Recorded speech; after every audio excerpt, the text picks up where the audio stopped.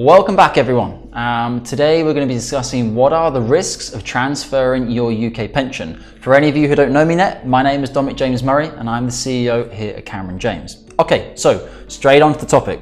Risks of transferring a pension. I would say the biggest risks of transferring your pension is market risk. If you're transferring your UK pension from a defined contribution scheme into a SIPP, which is also a defined contribution scheme, there's the same level of risk inside your UK pension as there is inside your new pension.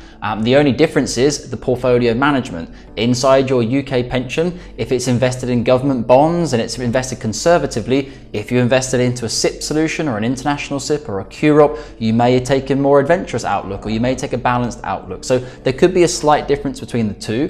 But on a like-for-like basis, if you transferred your pension from your UK scheme and you were in the Vanguard 20% Life Equity Fund and inside your new international SIPP you use Vanguard Life Equity 20% Fund, you would have the same level of market risk. So from that respect, there's not a lot of risk when you're transferring DC to DC pensions. I'd say the biggest risk for pension transfers comes when you're considering transferring a defined benefit pension scheme, also known as a DB or a final salary pension scheme. If you've watched my videos before, you will know all of these three terms are interchangeable. They all mean the same thing, a final salary UK scheme. So what are the risks? Well, the biggest risk is your DB pot in the UK is guaranteed to continue growing for the remainder of your life. It might not be growing as much as the market is or what the average returns of the S&P 500 or FTSE have been, but it is guaranteed to grow slowly over the course of the years because you have something called index linking, which means the pension pot is attached to factors such as CPI, RPI to ensure there is always a minimal level of growth inside the pot. If you transfer your DB defined benefit scheme into a defined contribution such as an international SIPP and you invested in a S&P 500 100% tracker, you have market risk. If the markets go down by say 20% over the course of a financial crisis, if you had $500,000 transferred, your pension pot would be worth 400,000. You would effectively have lost £100,000. However, as you will know with investments, you only lose money when you crystallize it. From my perspective, I don't really see this as a huge risk. Anyone who's been through the past two financial crises will know markets actually recovered from the lows of the financial crisis within a 1-year period. 2009, if you could have invested then, you would have made a lot of money. Same as what we've had with the pandemic. If you were able to invest in Q2 2020, you would have made a hell of a lot of money over the past 12 months because of the growth that we've had after a financial crisis. So I would say that risk is not really that large, unless say you're 64 and you want to retire at 65. If you're going to move your final salary scheme into a defined contribution scheme and in 1 year's time you're guaranteed or you need to withdraw all that money or something, it's perhaps a risk for you. So that's probably the biggest risk which I can think of is market risk. The risk which my clients talk about the most and which is understandable, I understand why clients are scared, is the risk that the money is going to go missing or someone's going to run off with the money, or is it safe? Who's the custodian bank?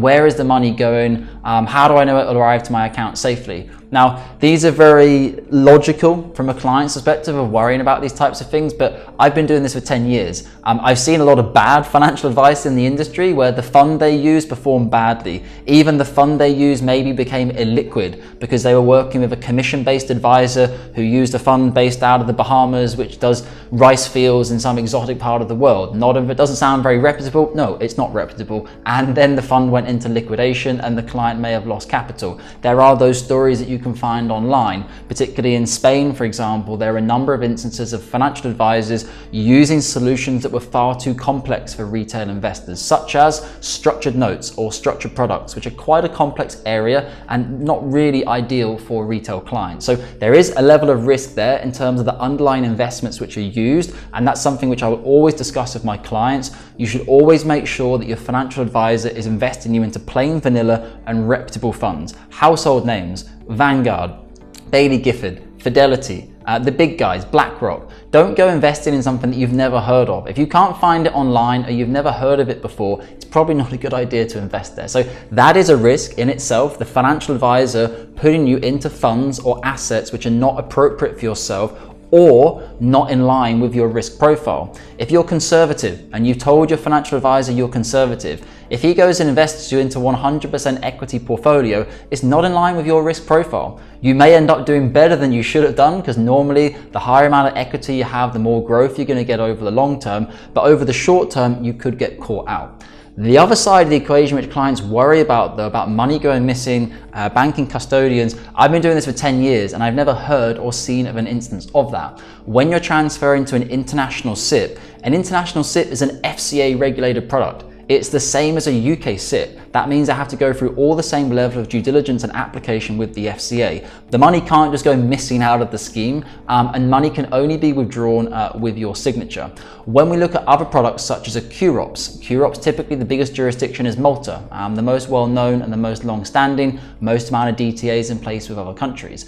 Again, there's been no instances of money just disappearing out of QROPS. Again, there might be bad advice. The portfolio might have dropped in value because a structured note was used and it became liquidated or whatever. But again, it's not a case of the money going missing. But this is a conversation that I have with clients again and again and again. Particularly custodian banks. Where's the money going to go to? What about the 2 days before it gets credited to my account? Yes, they're all logical things for people to worry about, but in terms of pension transfer risk, the things you should be worrying about is your risk profile and if you have a final salary scheme. Apart from that, completing a UK pension transfer is extremely safe.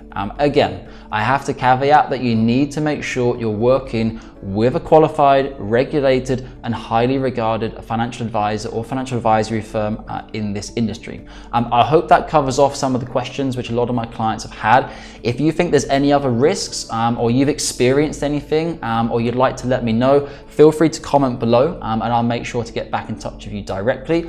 If you would like to have a one-on-one appointment with myself or one of our financial advisors, feel free to click below for a Calendly link, or also go through our website, and all of the services and products I've mentioned today can also be found below in the description with a link to our website or an alternative YouTube video to learn a little bit more. Thank you very much, guys, and I hope that helps you answer any risks you think might be involved in transferring a UK pension.